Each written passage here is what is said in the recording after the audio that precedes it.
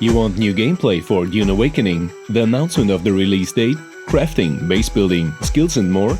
Then you're in the right place.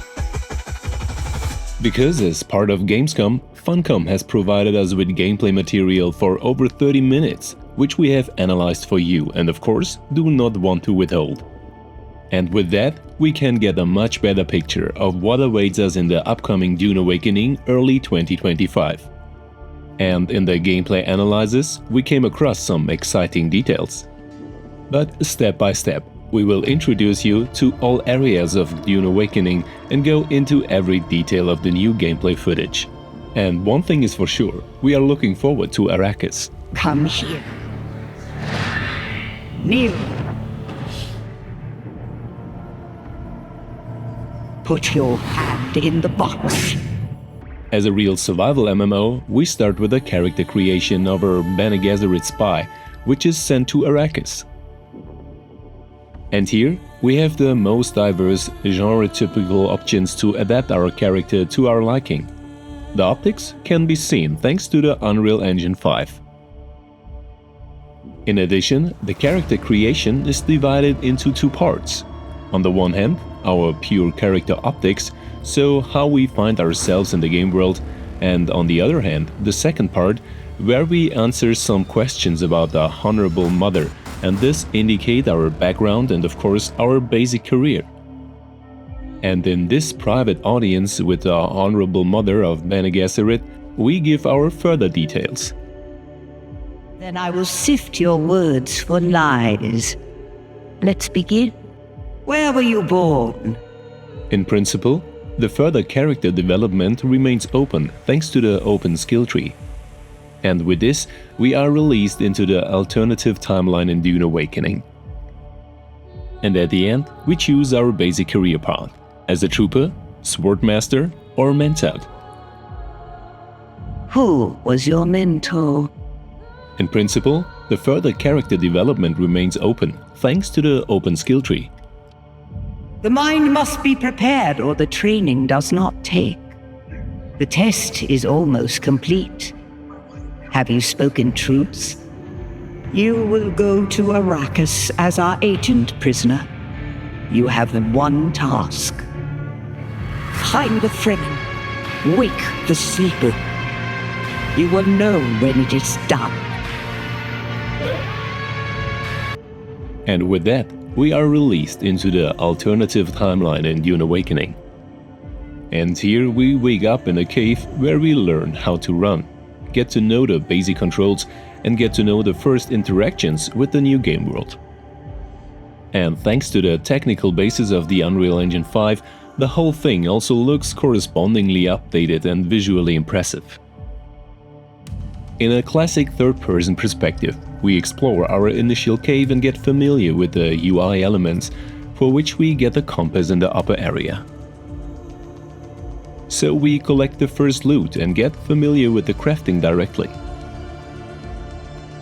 And here, we are not only limited to the crafting of direct character items, but as we will get to know later, we can also build direct bases, various vehicles and also aircraft, so an ornithopter. But for this, we are dependent on the most different loot in different rarity levels. That means we collect MMO-typical different materials in our game world. So we look for various resources, from herbs, stones to various metals and other resources. And of course also special loot from defeated enemies in the PvE or PvP area. In doing so, the game world is expanded by an extensive climbing function and later also by jetpack-like items. At the bottom left, we find two new UI elements at the start, our health and energy display, which limits our climbing tours and sprints a bit. But more elements are added here soon. Because on the life-threatening planet Arrakis, we fight mainly against the heat, that is, the sun, the sandworms and of course for survival. Therefore, our UI is expanded with a water display which will play a decisive role in the survival.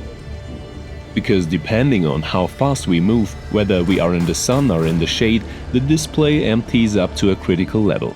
And of course we also have to fear sandworms in different sizes. This one here with the 3-legged mouth corresponds to small species. But we will also encounter the big variants which we know from the films of Denis Villeneuve. Another critical factor is the sun radiation. That means if we go directly into the sun for too long, we get a debuff, which increases our water consumption and significantly reduces our chances of survival at all. Therefore, it is important to use shade and not to be in the sun for too long during the day. So it is our time to make sense of it, that is, to find loot in various loot containers for items. Accordingly, first to scan and open or dismantle the places that appear here. A little nice addition to looting. This means that we can get crafting material again to build new items, equipment and our own bases. And it is to be assumed that various, especially very high-quality resources will be found in special areas, where the risk increases and we cannot just access them. But of course, the spice also plays a crucial role, whereby we should not be exposed to the direct influence without protective equipment for too long. Because the spice effect can also turn into an excess, which is definitely not good for us. As a true survival MMO, Dune Awakening of course also offers various interactions with NPCs and other players, such as here with an NPC base. And here, the combat system, depending on which skill area or which career area we are in, is quite different. As a trooper, so as a soldier, we have the opportunity to use various ranged weapons, whereby we do not shoot ammunition directly here, but the known arrows. This is especially necessary in the later game, where opponents have the well-known Holtzman shields and projectiles would not have a chance here. So Dune Awakening stays in the Dune lore. So we start crafting again and create our first own pistol which shoots the dart arrows. And in addition, the ammunition, which is displayed in the lower right area, seems to be limited. This means that we will need various raw materials for the production of ammunition or the maintenance of ammunition itself. We have also access to grenades, and in the lower left area a yellow display came with it, so our energy display for technical devices or our jetpack-like propulsion. As troopers, we resort to the well-known shooter mechanics and go here on a tour with the various opponents. It was also clearly noted that these are entry-level opponents which do not yet have various shield technologies. So easy targets. Because it is also known from the movies that Dune Awakening is definitely at close combat. Therefore, we take a look at a second career option, namely the Swordmaster. And here, of course, we also have access to other career paths via the open skill system. The Swordmaster, of course, relies on close combat skills, whereby we can quickly shorten the distance to opponents with a kind of attack. And of course, we get experience points for each switched off opponent and accordingly level up our character. And MMO typical, we can invest these skill points in new skills and improve our character. So a classic level system. Finally, let's take a look at a third career path, the Mentat. This one has rather spiritual abilities and can rely on a few tools such as a view of various opponents and exposed areas. Also in addition, we have skills such as the Hunter-Seeker drone, whereby we can switch opponents from distance. And this ability looks very badass. So at the start, Dune Awakening gives us 3 different career options. All through, as noted, the skill tree is completely open and we can learn skills from different areas. But it is important to note that the specialization, especially in the endgame area, will be different for the different classes. It means different max skills are available for Swordmaster, Mentat or Trooper. And of course, we are not alone in the world of Dune Awakening. We can form groups with other players, create our own factions and support each other. And this not only in combat, but also with skills and, as we will see in a moment, in complete base building. Because if Funcom has one strength, it is the crafting system, which we already know from other titles like Conan Exiles, and which is very extensive. So we can annex our own areas into different zones and areas, so PvE or PvP. With this, we have access to an own building area in which we can create our own structures. And with that, the crafting selection offers us a variety of different optics and different material qualities. Because as a highlight, you can not only build alone, but also your teammates or friends can participate in the construction work and you can build a base together. Provided, of course, that you have collected the corresponding raw materials beforehand. And since the building menu in this area gives a level 1 height, it is to be assumed that we will build buildings with different quality levels and options. So it gets more interesting in the endgame. And we can also directly save finished buildings, such as this house, and either provide them free of charge or with a charge for a blueprint to other players. Because there should also be an in-game economy, and you can trade items with other players and also blueprints. So players who are not really build fictionated, you can also build finished structures and areas and build more easily without having to worry about whether architecturally their constructions are better. And it was also assumed that there are different areas, so PvE and PvP. That means areas where your structures are absolutely safe from other players, and also very lucrative PvP areas where you find much more interesting materials and loot, but your bases have to be protected. But of course, a base only makes sense if we fill it with life. So that means decorating and of course using other production items. Because there we have access to various construction tools which use a 3D printing process to create additional components for extended crafting. And with these we have access to improved items such as weapons, equipments, vehicles or even the aircraft. Because thanks to the small sand bike, up to the ornithopter or the transport ornithopter, which can even transport a spice harvester, our influence area and the possibilities to explore Arrakis expand significantly with base building and crafting.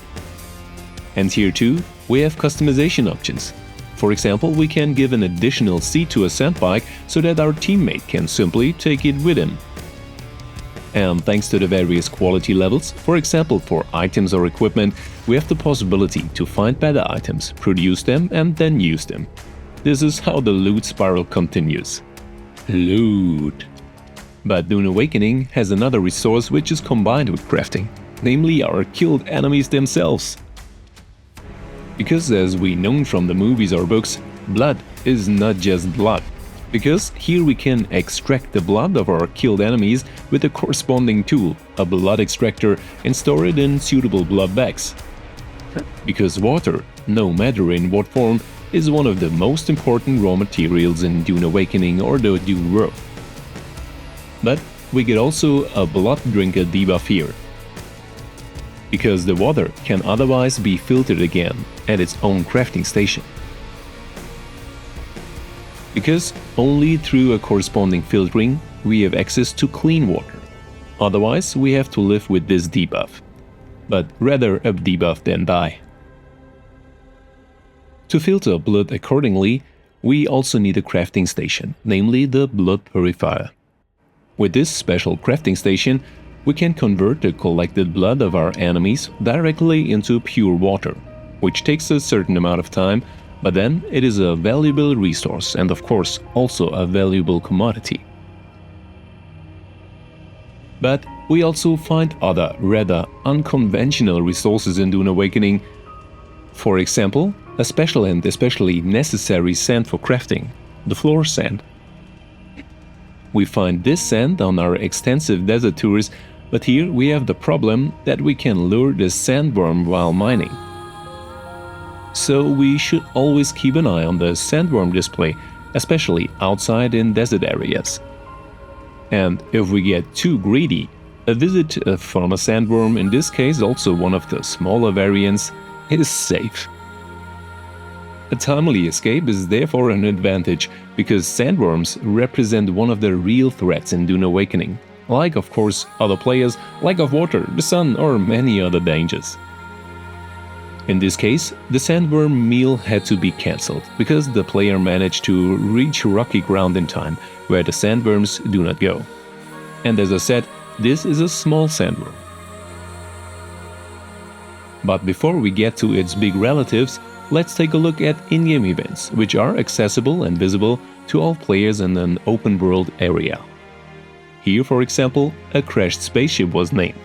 This is visible to all players in the region, and if you are in a PvP zone, there is a high probability of a fight. For PvE environments, first come, first serve. Therefore, all players will go on the hunt for valuable resources, crafting, recepts or items. Larger resources or larger loot containers must first be scanned here and then cut open with a corresponding tool. But there are also corresponding in-game events at night, such as patrolling Sardaukars. Careless players will have a direct encounter with the Sardaukar, so the elite troops of the Emperor. Maybe. Or, of course, you can trigger these encounters to start a fight accordingly. So there is always something to do in Dune Awakening. But let's take a look at the endgame area. And for this we go first to different maps, which we can usually reach with aircrafts like ornithopters. In addition to PvE areas, we also find a large PvP map and various social hubs. Here we can meet different players or different factions, such as the Atreides or Harkonnens. And to get to the different areas, we can use a fast travel map to control our ornithopter or our vehicle in the corresponding areas. In this case, the Harkonnen base.